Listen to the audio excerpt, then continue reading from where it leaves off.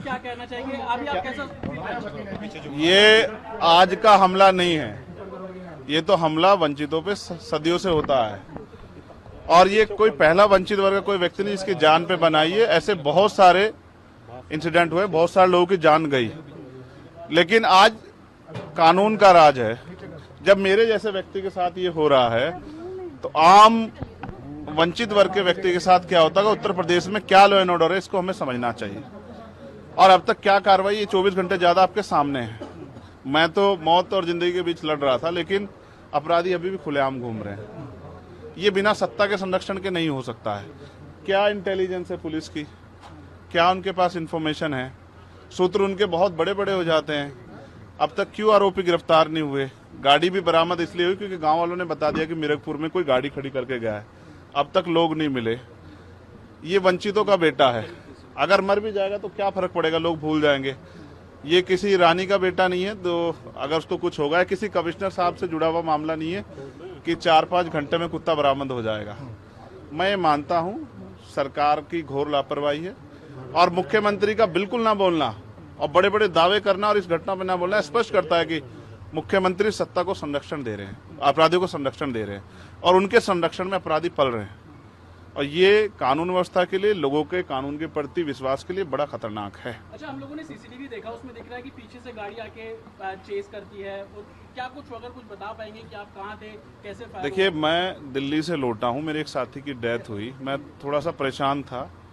फिर उस डेथ की सूचना के बाद मुझे आना था देवबंद में। हमारे एक साथी की माताजी की डेथ हो गई थी, उनके यहाँ रस्म पगड़ी का कार्यक्रम था। उनके घर से जैसे मैं निकला, सहारनपुर की तरफ मुश्किल से 50 मीटर चला होगा, एक गाड़ी आती है। मैं फोन पे था, मेरा ध्यान था, उसने जो वहां से गोली चलती है और वो गोली मेरे कान के पास से निकलती है। मैं अपने साथियों को कहता हूं कि गोली चली है। पहले मुझे लगा, उस आवाज से लगा पटाखा है, लेकिन बाद में जब उसके वो वाइब्रेशन हुई जाते हुए तो मुझे एहसास हुआ गोली, और वो गाड़ी में टकराई भी। फिर दूसरी गोली जब मुझे लगी, बुलेट जो चीरती हुई लोहे के हिस्से को गाड़ी के, और वो मुझे लगी, तब मुझे एहसास हुआ कि हम गिर गए। फिर तीसरी गोली चली, इसने मेरा आगे वाला शीशा पूरा डैमेज कर दिया। चौथी गोली पे मैं नीचे हो गया, जो गोली आपने देखा कि वो सीधी उसमें लगी। अगर मैं नीचे ना होता तो वो मेरी छाती के आर पार चली जाती। फिर वो गाड़ी 10 मीटर आगे जाकर रुक जाती है। वो 2 हवा में फायर करते हैं जैसा मैंने देखा, और फिर उन्होंने फिर हमारी गाड़ी फायर किया।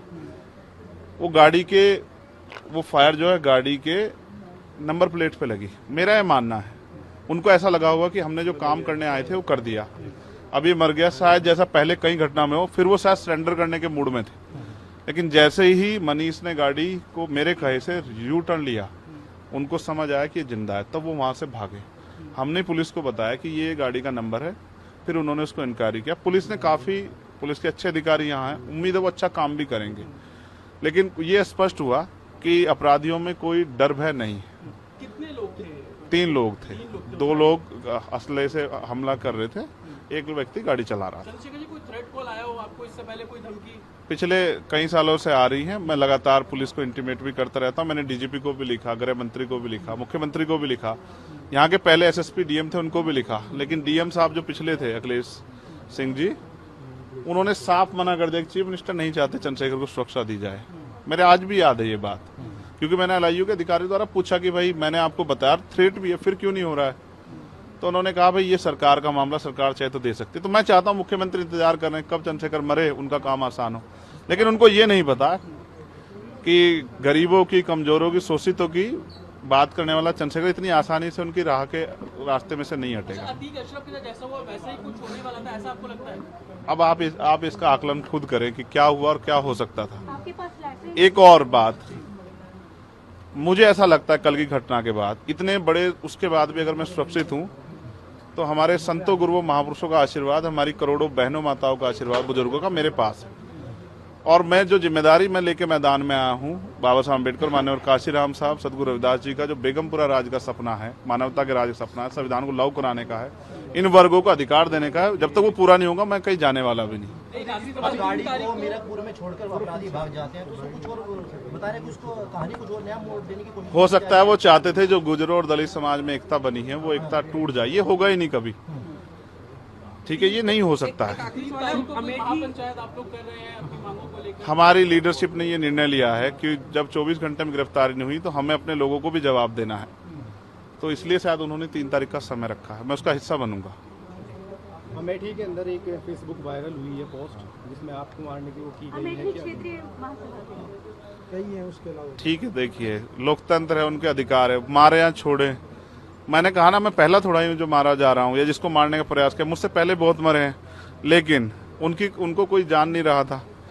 मुझे लोग जानते हैं तो मेरी बात पे बात आगे बढ़ रही, लेकिन मैं अपने लोगों को मरने नहीं दूंगा। ये भी मैं उनको संदेश देना चाहता हूँ। घटना होने के बाद ये पोस्ट किया है अमेठी क्षेत्रीय महासभा से कि इस बार तो बच गया, अगली बार नहीं बचेगा। देखो, मैं गोली से डरता नहीं, मैं गोली से बंदूकों से नहीं डरता हूँ। मैं संवैधानिक रास्ते से चलता हूँ, संविधान को मानता हूँ। गोली चलाने वालों को भी कहना चाहता हूँ, कुदरत उनको सद्बुद्धि दे, गलत जगह पंगा ले रहे हैं।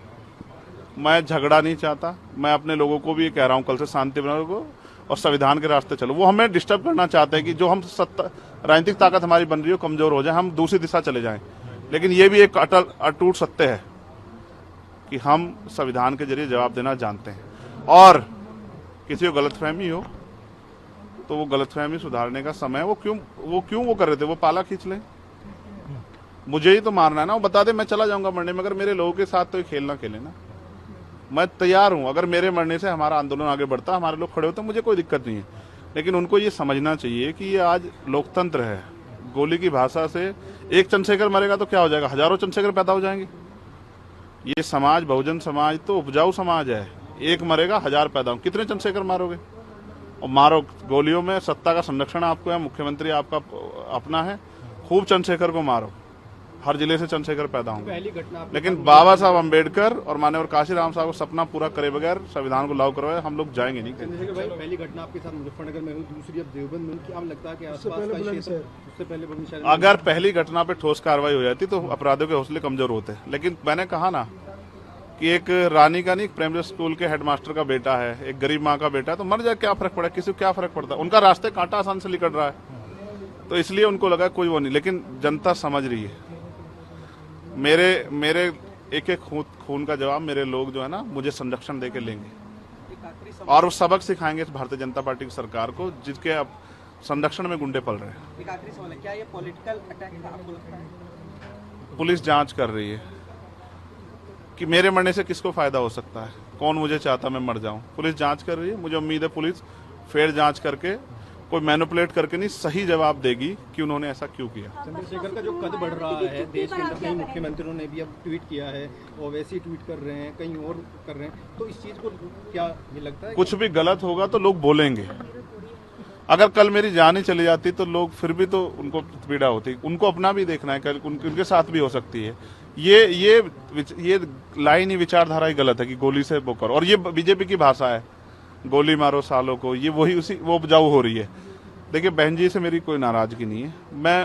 मैंने उनको हमेशा बड़ा माना, वो मुझे छोटा नहीं मानती अपने परिवार का। उनको ये घटना छोटी लगी, शायद अगर मैं मर भी जाता शायद उनको इस पे कोई शायद आपत्ति, बुरा नहीं लगता। मुझे उनसे कोई दुख नहीं है। मेरे लोग मेरे साथ हैं, ये बहुत। और वो समझ रहे हैं कि जो उनके लिए मरने को तैयार है, जो जान पे जिसकी बनाई है, वो हमारा अपना है। मेरे लोग मेरे साथ खड़े होंगे, मैं इस लड़ाई को लड़ता रहूंगा। लगभग सभी दलों के लोग आपसे मिलने आए हैं, कैसा कुछ देखते हैं, क्या कहेंगे? नहीं, मैं उनका धन्यवाद करता हूँ। नहीं, मैं कह रहा हूँ बस सबका धन्यवाद करता हूँ। मगर ये है, मैं ये प्रयास करूंगा कि भविष्य में ऐसा किसी के साथ ना हो, इसलिए लॉ एंड ऑर्डर की कानून व्यवस्था अच्छी होनी चाहिए। मुख्यमंत्री उस पर ध्यान देना चाहिए। बात चंद्रशेखर की नहीं है, बात इस प्रदेश में हो रही हजारों बहनों के साथ जो अस्मतें लूट रही है, हर महीने रेप हत्याएं हो रही हैं, लोगों की जान जा रही है, ये सब उन पे वो करता है। तो वो मुख्यमंत्री पद में बैठे हैं, अगर वो इसको संभाल नहीं पा रहे तो क्या फायदा, फिर उनको इस्तीफा दे देना चाहिए। फिलहाल आप ठीक है, डिस्चार्ज किया जा रहा है? हाँ, ठीक हूँ। बस कार्यकर्ताओं ने आज जो है जगह जगह ज्ञापन दिया है, सहारनपुर में दिया। अगली रणनीति क्या रहेगी? नहीं, कोई रणनीति नहीं है। पार्टी के सीनियर लीडर जो तय करेंगे, हम लोग उस पर काम करेंगे। और दूसरा, मेरे पीठ में जहाँ गोली लगी है वहाँ ड्रेसिंग जारी है। पहले से आराम है, बस एक जलन और वो घाव है, जख्म वो तो है ही। तो सांस लेने में दिक्कत थी, बीपी जो है फ्लक्चुएट हो रहा था,